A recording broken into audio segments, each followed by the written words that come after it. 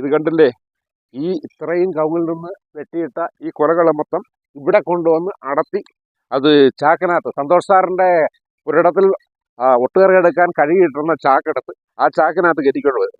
2 ചാക്കോളം അവിടെ നിന്ന് മോഷണം പോയിട്ടുണ്ട്. 2 ചാക്ക് കാലിച്ചാക്ക് കൊണ്ട് ഈ കവുങ്ങ കയറുന്ന ആൾക്കാർ, അല്ലെങ്കിൽ പാക്ക് പറിക്കുന്ന, അല്ലെങ്കിൽ തേങ്ങ അടക്കുന്ന അവരുടെ ആ ഒരു പെട്ടെന്ന് മോഷണം, അതായത് കവുങ്ങിൽ കയറാൻ എളുപ്പം അറിയാവുന്നവരാകുമ്പോൾ അവർക്ക് പെട്ടെന്ന് കയറി അടത്തി മോഷണം നടത്താൻ പറ്റും. അങ്ങനെ പൊട്ടിച്ചുകൊണ്ട് പോയതാണ്. പോലീസിൻ്റെ ഭാഗത്തുനിന്ന് കേസ് കൊടുത്തുകൊണ്ട് അന്വേഷിക്കാമെന്നവർ അത് നല്ല രീതിയിൽ അന്വേഷണം നടക്കും എന്ന് ഉറപ്പ് വന്നിട്ടുണ്ട്. പുനലൂരിൽ പാക്ക് മോഷ്ടാക്കളെ കൊണ്ട് കർഷകർ വലയുന്നു. പാകമായ പാക്ക് കമുകിൽ നിന്ന് കൊലയോടെ മോഷ്ടിച്ചു കടത്തുന്നു. പുനലൂർ മൈലക്കലാണ് സംഭവം.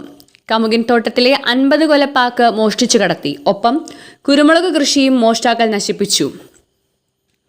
പുനലൂർ കക്കോട് ചരുവിള വീട്ടിൽ CM അച്ഛൻകുഞ്ഞിന്റെ ഉടമസ്ഥതയിലുള്ള കമുകിൻ തോട്ടത്തിലെ 50-ലധികം വരുന്ന കമുകിൽ നിന്ന് 100ഓളം പാക്കിൻ കുലകളാണ് മോഷ്ടാക്കൾ അറുത്തെടുത്തത്.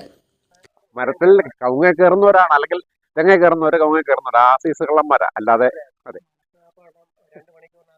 തീർത്തോണ്ട് പോകും. പരിശീലനം കിട്ടിയ ആൾക്കാർ തന്നെ. അതെ അതെ, അവര് കവുങ്ങ് സ്ഥിരം കയറുന്ന ആൾക്കാരായിരിക്കും. അതുകൊണ്ടല്ലേ. എന്നിട്ട് കൊടിയെ നശിപ്പിക്കാതിരിക്കാൻ ഏതാ പറിക്കാനായിട്ട് ഏണി കൊണ്ടുവച്ചിരുന്ന ആണിയാണ് ലാസ്റ്റ്. അതുകൊണ്ടാണ് ഏണി അവിടെ ഇരിക്കുന്നത് ലാസ്റ്റ്. അതുകൊണ്ട് എൻ്റെ ഒത്തിരി കൊടി പോയില്ല, കണ്ടത്. അതുകൊണ്ട് കുറെ കൊടി പോയില്ല, ഒഴിവായി. അല്ലെങ്കിൽ അതിൽ കൂടുതൽ നഷ്ടം വന്നേ. മോഷണം കൂടുന്നത്. 6 മാസം മുൻപ് ഇതേ സ്ഥലത്ത് നിന്ന് തന്നെ ഇത്തരത്തിൽ മോഷണം നടന്നിരുന്നു. അന്ന് സമീപത്തെ മൃഗസംരക്ഷണ വകുപ്പ് ഉദ്യോഗസ്ഥനായിരുന്ന സന്തോഷിന്റെ വീട്ടിന് സമീപത്തെ ഷെഡിൽ സൂക്ഷിച്ചിരുന്ന 2 ചാക്ക് ഉണങ്ങിയ പാക്ക് മോഷ്ടാക്കൾ കടത്തിക്കൊണ്ടുപോയി. 25,000 രൂപയുടെ നഷ്ടം സന്തോഷിനുണ്ടായിരുന്നു. പിന്നെ കഴിഞ്ഞ പോലെ ഇതേപോലെ നമുക്ക് ഉണക്ക അടക്കയായിരുന്നു 2 ചാക്ക് മോഷണം പോയത്. ആ സമയത്ത് അച്ചായൻ ഇതുപോലെ ചമ്പൻ പറിച്ചുകൊണ്ട് പോവുകയൊക്കെ ചെയ്തു. ഞങ്ങൾ പ്രാദേശികമായിട്ട് അന്വേഷിച്ചിട്ടൊന്നും പിടികിട്ടിയില്ല. പിന്നെ പോലീസിൽ ഇപ്പോൾ പരാതി കൊടുത്തിട്ടുണ്ട്. കളിയിൽ കിടന്ന 2 ചാക്കാണ് കൊണ്ടുപോയത്. പിന്നെ അതിനകത്ത് കയറി പൂട്ട് പൊളിച്ച് എടുത്തുകൊണ്ട് പോയതാണ്. ബോധ്യമായിരുന്നു. നേരത്തെ അറിയുന്ന ആരോ, അത് പകലാരും ഇല്ലല്ലോ ഇവിടെ. പകല് ഏതായാലും CCTV വെച്ചിട്ടുണ്ട് പിടിക്കാനായിട്ട്. അവിടെ കിട്ടുന്നില്ല. ഇപ്പോൾ പാക്കിന് നല്ല വിലയാണ് കമ്പോളത്തിൽ ലഭ്യമാകുന്നത്.